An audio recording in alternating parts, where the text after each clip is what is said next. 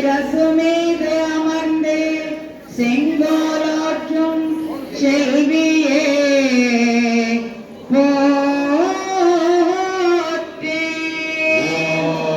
என் சிரசு மீது அமர்ந்து செங்கோலோற்றும் செல்வியே போற்றி போற்றி. ஓம் சித்தமெல்லாம் நிறைந்த செம்பொன்னே போற்றி. ஓம் சித்தமெல்லாம் நிறைந்த செம்பொன்னே போற்றி போற்றி.